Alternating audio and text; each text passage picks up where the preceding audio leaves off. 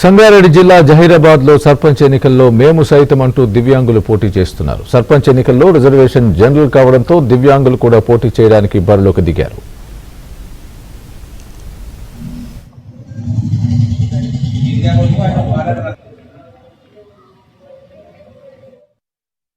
నేను ఇండిపెండెంట్ అభ్యర్థిగా సపోర్ట్ చేయడం జరిగింది.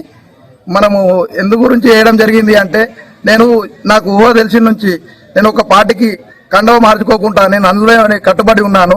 దాంట్లో నాకు కూడా కావాలి సీటు అన్నప్పుడు లేదు నీకు అర్హత లేదు, పైసలు లేవు నీ దగ్గర అన్నట్టుగా నాకు అవమానం జరిగింది. దానివల్ల నేను ఇండిపెండెంట్ గా వేయడం జరిగింది.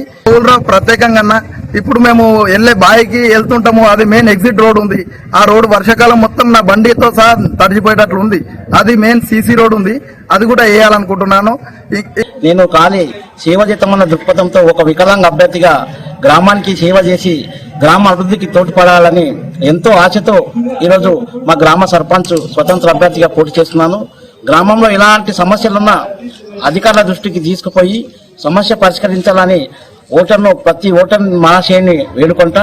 నన్ను గెలిపిస్తే గ్రామాభివృద్ధికి తోడ్పడతాడని చాలా ఆశయం కృత నిశ్చయంతో ఉండి ఈరోజు చదువుకొని ఉద్యోగాలు రాక గ్రామానికి సేవ చేయాలనే ఆశతో ఈరోజు గ్రామ సర్పంచ్గా పోటీ చేయడం జరుగుతుంది.